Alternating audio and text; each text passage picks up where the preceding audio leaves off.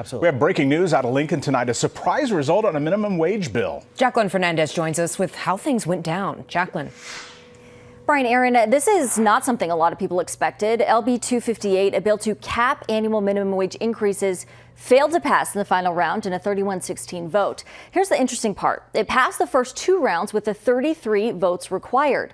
The difference this time, though, Elkhorn Senator Tony Sorrentino did not vote. Senator Bo Ballard of Lincoln was not present. In 2022, Nebraska voters approved a resolution for annual adjustments based on inflation. This bill would have capped the increase at 1.5% annually. Lawmakers in favor say it creates balance. Those opposed tell us the current law is good for working families. Today in Nebraska, there's approximately 50,000 jobs open in Nebraska under the current measure, which has afforded an opportunity to help more working families make ends meet.